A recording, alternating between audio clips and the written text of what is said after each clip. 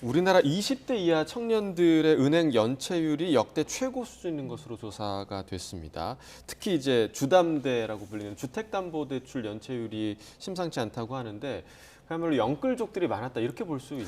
이게 네 맞습니다. 근데 그 이 영끌족은 저희가 생각하는 영끌족이랑 좀 다른 영끌족이라고 예. 생각하시는 게 좋을 것 같습니다. 지금 먼저 연체율 말씀드리면요. 연체율 자체는 전 연령에 지금 다 올라가고 있습니다. 어쨌든 금리가 올라가고 있었고 그러면 높은 상태로 유지되고 있는 상황이기 때문에 연체율이 올라가는 건 불가피해 보입니다만 문제는 다른 연령대 30대 이상에 비해서 20대 이하 연체율은 거의 2배가 넘게 지금 나오고 있습니다. 예. 0.44% 말씀해 주신 대로 역대 최고인데요.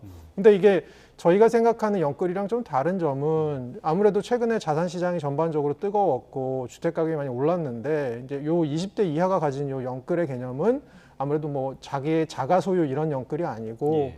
아무래도 원룸이라던가 이 전월세로 들어가는 조그만 이제 자기들이 살 수 있는 집 이런 집들에 대해서 대출에 의존해서 지금 아무래도 가격이 많이 오르다 보니까 예. 대출에 의존해서 들어가는 것이 크고요.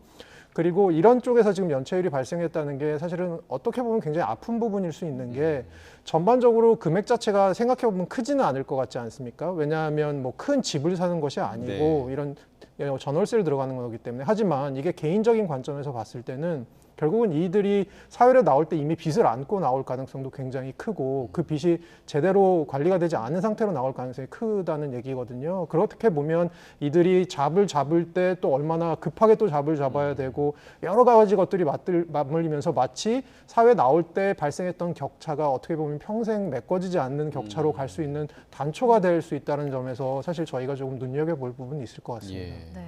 근데 여기에다가 20대들이 소액 생계비 대출 이자도 좀 갚지 못하는 것으로 나타나는데 그럼 성인이 되자마자 이렇게 빚에 허덕이게 되면 결국은 좀 악순환이 이어지는 것 아닌가요? 네, 맞습니다. 제가 방금 전에 말씀드린 대로 결국은 이게 저희가 가계대출이라는 게 장점도 있습니다. 자기가 소득이 좀 약할 때 대출을 해서 소비를 좀 하고 소득이 좀 강해지면 그것을 갚아나가는 식으로 평생에 걸쳐서 자기 어떻게 보면 뭐 웰페어, 저희가 생각하는 후생을 늘릴 수 있는 거죠. 그런데 과도한 대출이 될 가능성이 있다라는 겁니다. 근데 과도한 대출이 금액이 커서 과도한 게 아니고 사실은 이들이 소득이 없기 때문에 과도한 대출이 될 가능성이 굉장히 크고요. 아까 말씀드린 대로 이것이 평생에 걸쳐서 조금 회복이 되지 않는 그런 대출 혹은 그런 빚이 될 가능성이 있기 때문에 좀 저희가 조금 더 신경을 써서 봐야 될 부분일 것 같습니다.